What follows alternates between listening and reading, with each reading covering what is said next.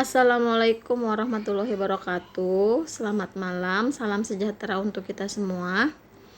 Malam ini pertemuan kita yang ke-14.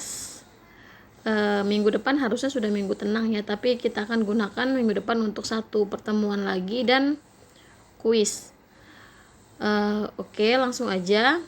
Malam ini materi kita yaitu tentang kasus-kasus manajemen mutu dan produktivitas. Sini ada kasus pertama. Jika seorang pegawai ekspedisi menghabiskan waktu 1-2 jam untuk mengantar surat, maka dengan menggunakan mesin fax atau email, maka waktu yang 2 jam tadi ini dapat dimanfaatkan untuk mengerjakan pekerjaan lain. Dengan kata lain, pegawai ekspedisi tersebut dapat ditingkatkan produktivitasnya. Lalu identifikasi masalahnya. Bagaimana pelayanan perkantoran sebelum adanya kemajuan teknologi atau perangkat komputer. Lalu bagaimana pelayanan perkantoran setelah adanya teknologi atau perangkat komputer. Lalu bagaimana pelayanan perkantoran setelah adanya komputer, jaringan, dan TI. Lalu dianalisa, apa sih faktor-faktor yang dapat mempengaruhi produktivitas kerja pegawai. Lalu apakah ada pengaruh penerapan teknologi informasi dalam manajemen perkantoran modern terhadap produktivitas kerja pegawai. Lalu adakah faktor lain yang dapat mempengaruhi peningkatan produktivitas kerja pegawai di bidang manajemen perkantoran. Di sini ada beberapa faktor ya. Faktor-faktor yang mempengaruhi ini jawaban dari analisa tadi. Faktor-faktor yang mempengaruhi yaitu ada kemampuan dan ketangkasan karyawannya. Lalu ada managerial skill atau kemampuan pimpinan perusahaan. Lalu lingkungan kerja yang baik, lingkungan masyarakat yang baik, upah kerja, motivasi pekerja untuk meraih prestasi kerja, disiplin kerja karyawan, kondisi politik dan keamanan dan ketertiban negara, kesatuan dan persatuan antara kelompok pekerja, kebudayaan suatu negara, pendidikan dan pengalaman kerja, kesehatan dan keselamatan pekerja karyawan, lalu ada fasilitas kerja dan kebijakan dan sistem administrasi perusahaan. Itu faktor-faktor yang mempengaruhi produktivitas.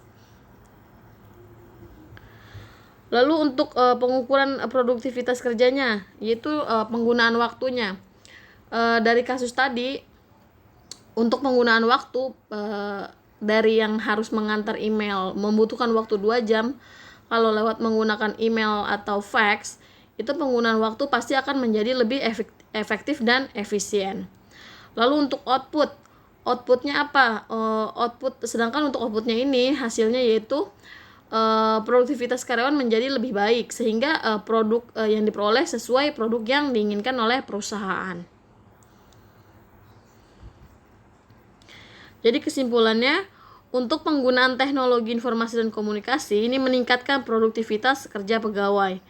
Peran komputer dan teknologi komunikasi diyakini mampu meningkatkan produktivitas kerja dengan tingkat akurasi, kecepatan, dan kemudahan yang tinggi.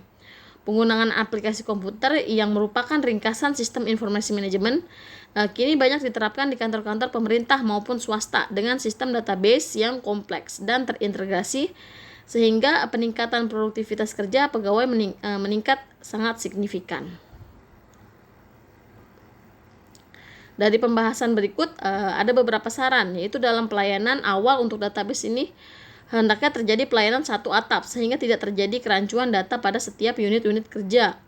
Lalu di setiap kantor di lingkungan kerja terpasang jaringan lokal area network dan jaringan intranet agar kemudahan akses pegawai dan masyarakat dapat terwujud.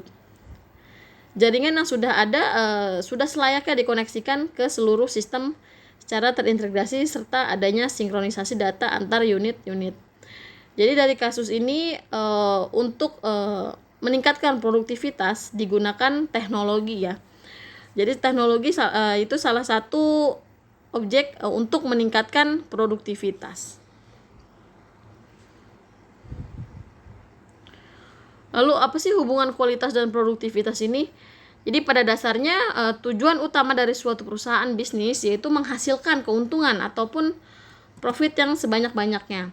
Untuk meningkatkan keuntungan atau profit perusahaan, ide ataupun usulan yang paling sederhana dan paling pertama muncul adalah meningkatkan produktivitas. hal ini tidak selalu tepat. Di sini juga saya akan membahas gambaran mengapa meningkatkan produktivitas ini bukan suatu pilihan yang tepat pada kondisi tertentu. Jadi produktivitas ini harus bersamaan dengan kualitas juga. Tidak bisa produktivitas berdiri sendiri tanpa kualitas. Sini ada kasus 2 ya. Perusahaan X adalah sebuah perusahaan manufacturing elektronika yang memproduksi DVD player. Setiap harinya perusahaan tersebut berhasil menghasilkan output sebanyak 1000 unit. Dengan rata-rata tingkat defektif atau cacatnya adalah 5%. Untuk meningkatkan profit, manajemen perusahaan kemudian memutuskan untuk meningkatkan produktivitas hingga 10%. Artinya, setiap hari perusahaan harus menghasilkan 1100 unit. Keputusan untuk meningkatkan produktivitas dengan menambah jumlah output produksi ini membuat karyawan perusahaannya tertekan atau mengalami stres dan ketakutan. Tetapi karena merupakan kebijakan dan instruksi dari manajemen, karyawan perusahaan tersebut tetap berusaha untuk memenuhinya. Akan tetapi tingkat kerusakan atau defektif atau cacat produk yang dihasilkan bertambah dari yang sebelumnya hanya rata-rata 5% per hari menjadi rata-rata 12% per hari. Artinya setiap hari terdapat 132 unit yang cacat atau rusak. Dan produk baik yang siap dikirimkan ke customer pelanggan adalah hanya 968 unit saja. Jumlah tersebut hanya sedikit lebih tinggi atau 18 unit lebih banyak dari kondisi sebelumnya, yaitu 950 unit. Peningkatan produktivitas ini jika tidak diiringi dengan pengendalian proses dan peningkatan kualitas, tingkat kerusakan akan semakin tinggi sehingga hasilnya sering tidak sesuai dengan yang diharapkan oleh manajemen perusahaan. Nanti akan ada perbandingannya dengan kasus 3 ya, dengan perusahaan X.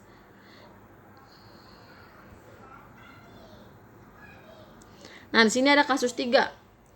Perusahaan Y ini memproduksi 1000 unit DVD player per hari dengan rata-rata tingkat defektif atau kerusakan adalah 5%. Artinya, rata-rata setiap hari terdapat 50 unit yang cacat dan 950 unit baik yang siap dikirimkan ke customer. Manajemen perusahaan tersebut selalu berusaha untuk meningkatkan kualitas. Jadi menurut pihak manajemen perusahaan Y, tingkat defektif atau kerusakan yang mencapai 5% ini merupakan suatu biaya yang perlu dihindari. Jadi apabila pengendalian proses ini dapat ditingkatkan, jumlah unit yang baik pun akan bertambah sehingga dapat meningkatkan produktivitas yang akhirnya dapat menghasilkan keuntungan bagi perusahaannya. Ini sebuah perbedaan ya untuk perusahaan X dan perusahaan Y. Nah, di sini berdasarkan perhitungannya bisa dilihat di tabel tersebut ya.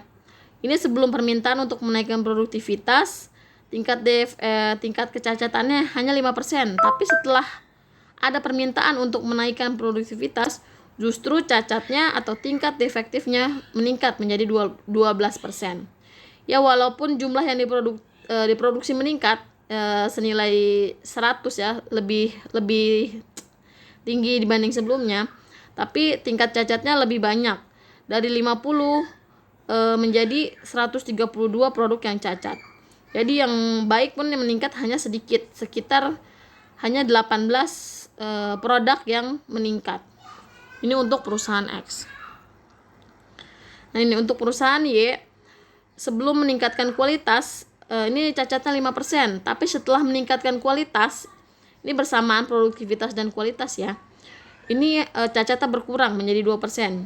Jumlah yang diproduksi tetap, tapi jumlah cacatnya berkurang. Yang berarti jumlah produk yang baik itu malah meningkat lebih besar dibanding sebelumnya, yaitu lebih meningkat 30 dibanding perusahaan Y ya. Ini lebih banyak perusahaan Y ini lebih banyak daripada perusahaan X untuk jumlah produk yang baiknya.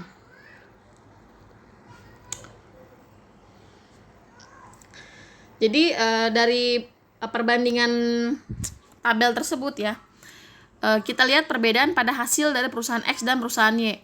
Perusahaan Y ini berusaha untuk mengendalikan proses untuk meningkatkan kualitas produksi, berhasil meningkatkan outputnya menjadi 180 unit. Sedangkan perusahaan X yang diperintahkan untuk menambahkan 10% produktivitas malah menghasilkan jumlah output baik yang lebih rendah daripada perusahaan Y yang meningkatkan kualitasnya. Contoh ini, dua kasus ini hanya sebagai gambaran ya bagaimana peningkatan kualitas ini dapat mempengaruhi peningkatan produktivitas dalam kegiatan produksi. Manajemen perusahaan ini harus mampu ya menemukan cara untuk menyeimbangkan peningkatan kualitas dan produktivitas. Terlalu menekankan peningkatan produktivitas akan mengorbankan kualitas yang mungkin pada akhirnya juga akan menurunkan output produksi. Sedangkan terlalu menekankan peningkatan kualitas dengan mengorbankan produktivitas juga, ini akan menimbulkan biaya operasional yang tinggi. Oleh karena itu, peningkatan kualitas dan produktivitas harus dilakukan secara bersamaan, tanpa mengorbankan salah satunya. Jadi dengan meningkatkan kualitas dan produktivitas secara bersamaan, perusahaan ini akan menikmati keuntungan seperti harga pokok produksi yang lebih rendah, juga mengurangi biaya pekerjaan ulang atau rework cost, juga meningkatkan kepuasan pelanggan dan tentunya meraih profit atau laba yang lebih besar. Seperti itu. Oke, untuk pembahasan materi kasus-kasus manajemen kualitas dan produktivitas ini saya rasa sudah selesai. Saya bisa dilanjutkan dengan presentasi kelompok saja ya langsung ya. Nanti akan ada kuis hari ini aja deh. Untuk kuis hari ini, tapi dikumpulkannya sebelum kelas pengganti minggu depan. Oke ya. Nanti kuisnya akan saya sudah share ya. Oke. Yaudah kalau gitu silahkan untuk yang presentasi. Terima kasih.